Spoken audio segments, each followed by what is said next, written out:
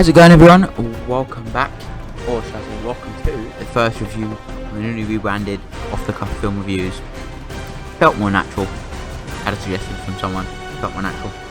I know it's just a bit of an odd one to have the rebrand start on because it is the final installment in the Mission Impossible Review series, but get the fuck off my back, I don't give a shit. Today, when this video is going up, the 17th of June, we'll have 4 videos across the new channel. We'll have this video, the Wes Anderson ranked video, and the Mission Impossible ranked video, all here on this channel. And then on the second channel, we will be having, finally, after weeks and weeks of production again, the Nostalgic DS video going live. So look forward to those videos. But now, this is Mission Impossible Fallout. The end of our look back at the 6-part Mission Impossible franchise. A franchise that, like I said, throughout this entire 6-part series has been great fun to watch, great fun to look back on, because I remember all these movies, and like I said, that ranking video is coming out very soon. Look forward to seeing my personal ranking of the Mission Impossible franchise films. Now, let's just go briefly over a few points regarding Mission Impossible Fallout, the 6th installment of the franchise. I think the first thing I'll talk about is how,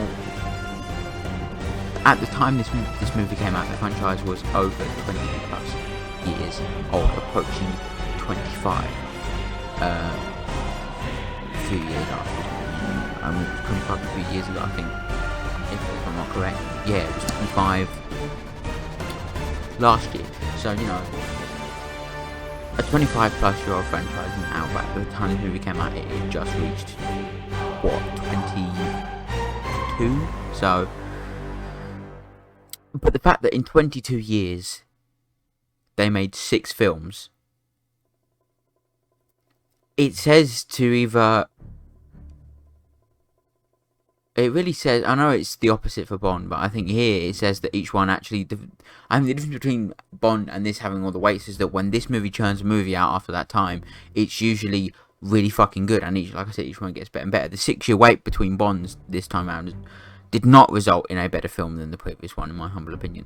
So I think it just goes to show that waiting all those separate years, for the most part, for 9 times out of 10, 5 times out of 6, it happened to be each time the film got better and better and better. You know, the first one was really good.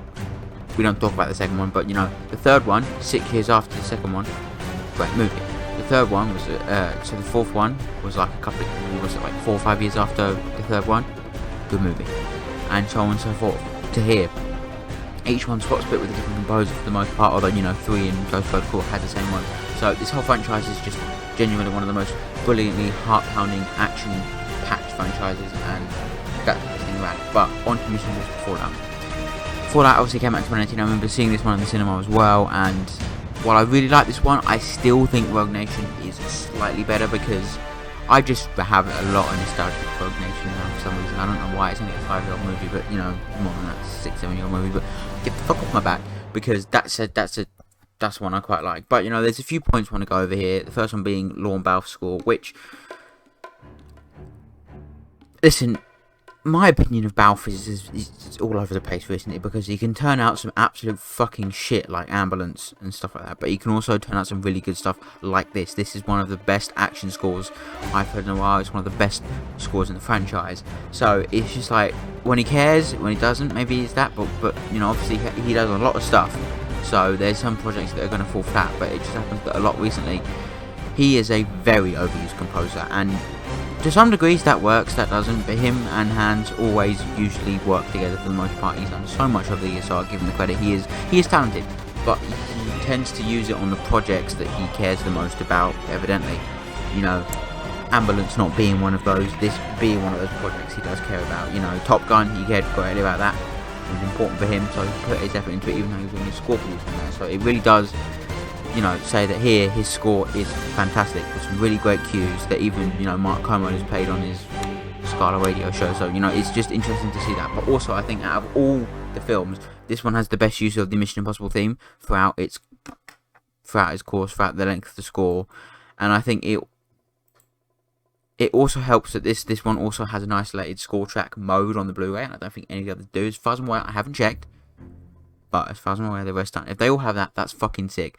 But as far as I'm aware, I've only seen it for this one. So, you know, and there's also a commentary with him that I will probably put on in a minute. So,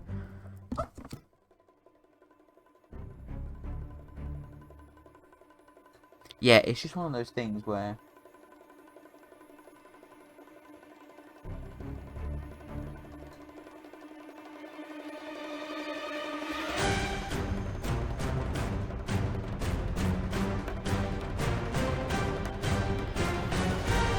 his score is the heart and soul of the movie, I think, in a lot of places, and really makes it brilliantly. Yeah, that's that.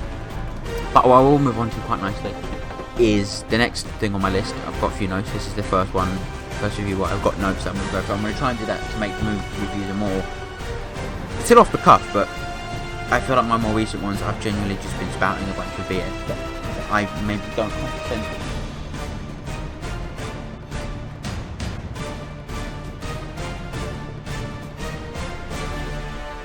And I think this movie, you know, this is the first one where I've got a set of notes written down, a few notes we've got over. The first one's obviously about score, but the next one is about Henry Cavill being, because I think he is really, really good in this movie. Now, they did spoil him being a bad guy in the trailers, unfortunate, but I think here in this movie, he is really good, and I think that's something I can genuinely appreciate from the fact that his character is, you could tell he's going to be that kind of character, but he also plays it really well, and I think I love the story of him sort of trying to frame Hunt. That's quite cool. I think, although I'm kind of getting sick of the whole thing of them 2 or 3 films ago, the whole idea of them being shut down and Hunt being the only agent in the field was fresh and new in Ghost Protocol. But here, I'm kind of at this point getting sick of the fact that him and his team were frequently the last members of the IMF in the team at that time. You know, I think that's a concept they need to really stop using, because they've used it. And well, it does work in some parts here, you know, whereas I do like Walker.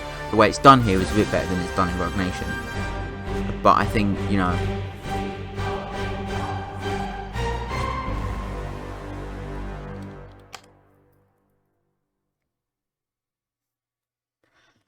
it just, you know, it has a few issues, that's all. I think that it's not a very well done plot thread. The next one I've got here is, it's a very, I think of all the films in the franchise, this has the most intense ending. Genuinely, it is genuinely, like when I saw it in the cinema, it was gripping, not in a, but like it genuinely was very much the world is going to end kind of moment, where it was just like, I haven't seen that in a film before, one of these films before at least, and I think that was an interesting way to go. But it just makes you realise that with 2 films still left to go, how the fuck are you going to top that? It's just, I don't know how they're going to do it. We'll find out in the next 2. Benji is one of my favourite characters in this whole franchise. Obviously, having started in the 3rd one and moved his way up. Obviously, having originally, I imagine in some way, shape or form, been conceived to be some sort of replacement to Luther if Ving Rhames for some reason decided not to return in the film. I don't know if that was the case in Ghost Protocol, or if he was just written to be that replacement for a while.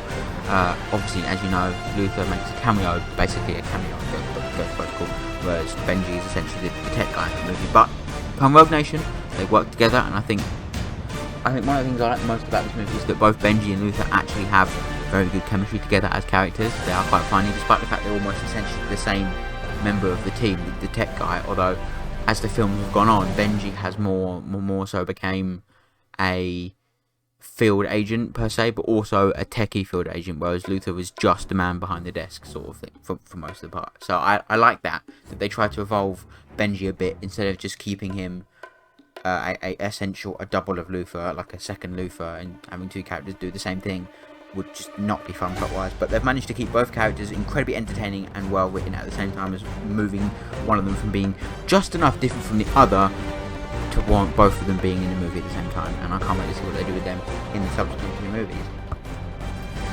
I think, again, something this film does quite well is reference, and I think most of the films, the last 3 have done quite well, is referencing previous films, or at least the original.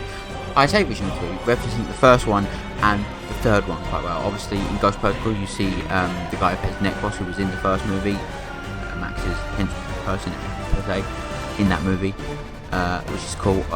You know, there's reference to Ethan's wife in not only the previous one but this one too. In fact, she is even in this movie, which is sick.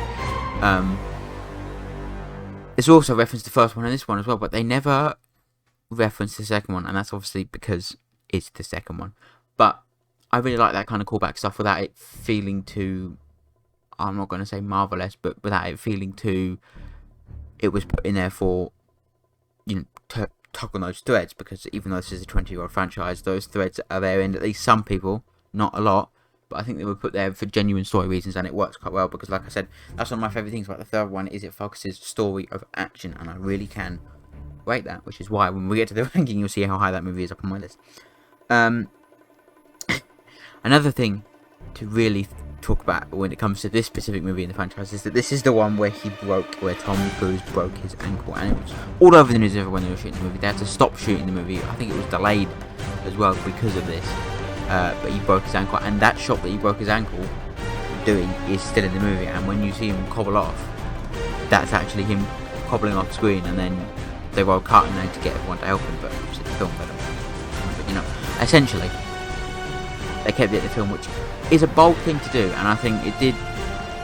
When watching the film, I remember seeing it first in the cinema. We were all I remember myself and the friend I saw it with were all trying to spot the ankle bit, and obviously you just see it in the film, and that's it. But you know, that's just to call it, not a cool thing, but a thing to remember that this was the movie where he did that one. It wasn't the last one, or the one before that, or the next two. It was this one, and so far we've had no stories like that from the set of the next two. So maybe he isn't killing himself this time, but judging by the trailer, maybe he is. We'll find out. Got a few just shit. I wrote that twice. Just got 2 more points left to go, and then we'll wrap this up. Lane, Mr. Lane, Solomon Lane, a great character played by a really great actor who was in Spencer.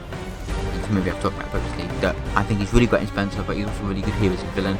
I do think he is far better in Rock Nation than he is here. He is still pretty good.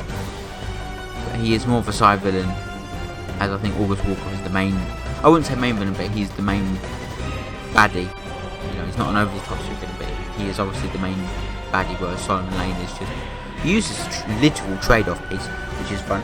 And then obviously Alec Baldwin dies in this movie. Spoilers to a fucking 4-year-old movie. You should have seen it by now. Fuck you. He dies in this movie. Okay, I mean, did he need to? I don't think so. Would have been cool to see him in the next two. Yes, he's not. There you go. That's the end of the story. So, thanks so much for watching my review of Mission Impossible Fallout. Go stream Thorpe Deluxe. It is out now on all platforms. Please stream that shit, please, because it's cool and it's fun, and I like money. Yeah, like I said, the Mission Impossible ranked videos will be out.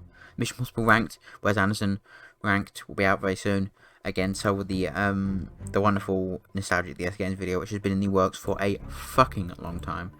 So, thanks so much for watching, and bye bye for now.